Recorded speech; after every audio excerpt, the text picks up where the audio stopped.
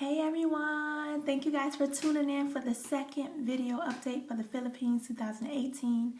As you saw, I did post videos, or not even videos, pictures of the culture experience that we have with living with the families in the Philippines. I think by far that is one of the most amazing ways to get immersed in culture, being able to live as they live, and it was just absolutely amazing. So again, I want to say thank you to Miss Brenda Ate and everyone else that hosted us as we were living in the Philippines. A little bit I want to talk about in this video is the culture. Some people are just curious as to what the culture is like there in Macabebe. As you know, in different parts of the Philippines, you can experience different things. So I can only speak from Pampanga, Macabebe, from the experience of what we experienced while we were there. One of the things I first want to touch on is the food. Okay, the Filipinos have it down packed when it comes to making an amazing dish. One of the country's fruits are mangoes, and I absolutely love mangoes. But they also have different types of curries and pancit, and they love rice. Rice is like a big thing there. But most importantly, they have just so many different types of meats and fruits, and you will adapt very quickly to the Filipino diet. One of the things that we like to say a lot when we were there was we ate better in the Philippines than we actually eat in America. When there's a meal, there was also a snack before the next meal, and when you thought you was eating a meal, you were actually eating a snack. So it's really cool to kind of experience that part of it, and it makes me want to work out actually now that I'm back. Just the food was delicious, and you couldn't say no to it because it was just so amazing.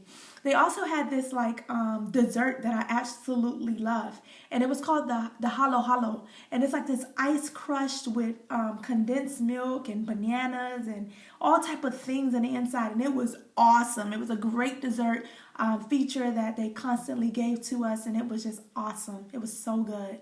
Enough about the foods though. A little bit about the weather. So being from Miami, I was kind of able to adapt a little bit easier to the weather type in the Philippines. So it is really hot, but yet it's humid on top of that. So if you've ever been to Miami, humid and hot goes together. So you get a lot of that in the Philippines. So it's best that you keep your wipes on you, wipe your face, get a towel, a nice dense towel to kind of keep you cool throughout the day because it does heat up quite a bit while you're there. One of the other things I enjoyed about the culture, they have this thing called siesta. And if you ever lived in different parts of Europe, you will know that siesta is awesome. I experienced it a little bit when I lived in Italy, but it was nice to get back into the siesta culture when I was in the Philippines. What that means is from 1 o'clock to about 4 o'clock, everybody's napping and just refreshing to complete the day. And it was amazing. So when we would have ministry in the morning, we would go back home for a siesta and get rejuvenated through our nap. And it was awesome. So I really enjoyed that part of culture, having the opportunity to experience siesta. A little bit I want to tell you guys about the people. The people in the Philippines, as you've known through my updates, they are so loving. It's amazing.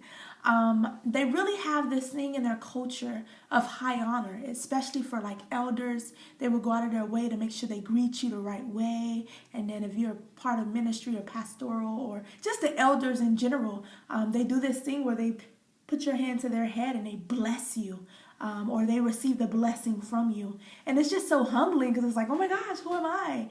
But it just really shows how high of an honor they have for people, especially elders. We really got a chance to bond with a lot of the youth there, and it was just so amazing to see how much they honor those that are, older than them or put in a position of pastoral leadership and all that. That was one of the aspects of it that really was like, wow, God, thank you for just showing me the next level of royalty in God. And I think for me, I won't start preaching, I promise.